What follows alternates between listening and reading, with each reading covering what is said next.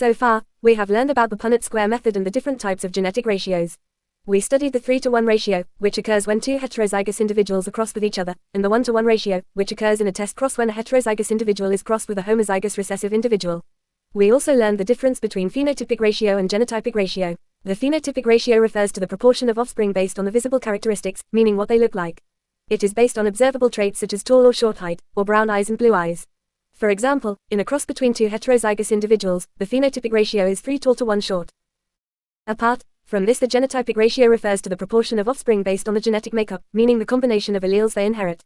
It shows the different gene combinations present in the offspring, such as capital T, capital T and small tt.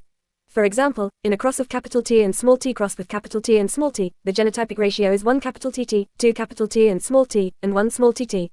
In simple terms, the phenotypic ratio is what you can see in terms of physical traits, while the genotypic ratio is what genes are present in terms of allele combinations. Let's look at another example which shows a monohybrid cross between two heterozygous tall pea plants, illustrating Mendel's law of segregation and the law of dominance. In this case, both parents are heterozygous, meaning each parent has capital T and small t, where capital T is the dominant allele for tallness and small t is the recessive allele for shortness. So both parents have the genotype capital T small t. During gamete formation, each parent produces two types of gametes, one carrying the dominant allele capital T and one carrying the recessive allele small t. When these gametes combine in a Punnett square, the possible offspring genotypes are 1 capital TT, 2 capital T and small t, and 1 small tt. In terms of phenotype, both capital TT and capital T small t individuals appear tall because the dominant capital T allele masks the recessive small t allele.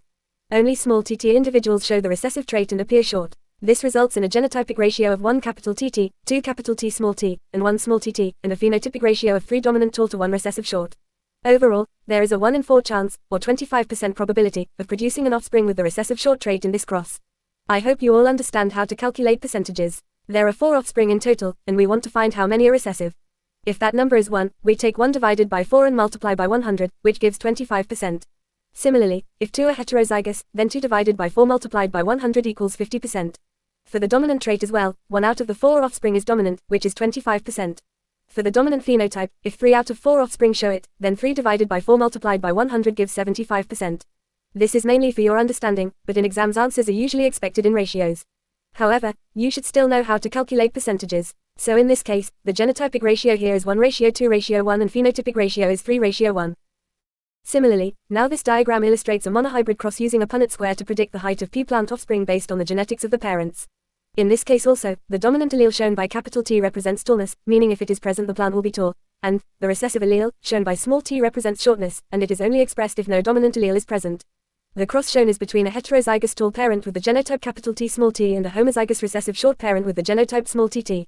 The heterozygous parent produces 2 types of gametes, capital T and small t, while the homozygous recessive parent produces only small tt gametes. When these gametes combine in a Punnett square, there are 2 possible outcomes.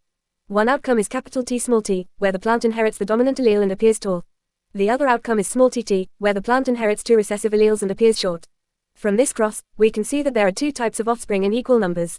2 offspring are heterozygous with capital T small t, while the other 2 are homozygous recessive with small tt. However, we simplify this by reducing the numbers to the smallest whole number ratio, giving a 1-to-1 ratio, since ratios are always written in their lowest form. As a result, there is a 50% chance of producing tall offspring and a 50% chance of producing short offspring. In terms of phenotype, the offspring have an equal probability of being either tall or short in this cross. So this is what the law of dominance and the law of segregation explain as background knowledge. The law of dominance states that when 2 different alleles are present in an organism, the dominant allele is expressed in the phenotype while the recessive allele is hidden in a heterozygous condition. The law of segregation states that during gamete formation, the 2 alleles for a gene separate so that each gamete carries only 1 allele, and these alleles are then randomly combined again during fertilization. These ideas help explain why Punnett squares work and how genetic diagrams are used to predict inheritance patterns in offspring. However, your syllabus does not require this level of detail at this stage. It mainly focuses on using genetic diagrams and Punnett squares to show how alleles are passed from parents to offspring, and to predict outcomes such as genotypes, phenotypes, and ratios. The explanations about how and why these processes happen are kept simple and based on applying the diagrams rather than detailed genetic theory.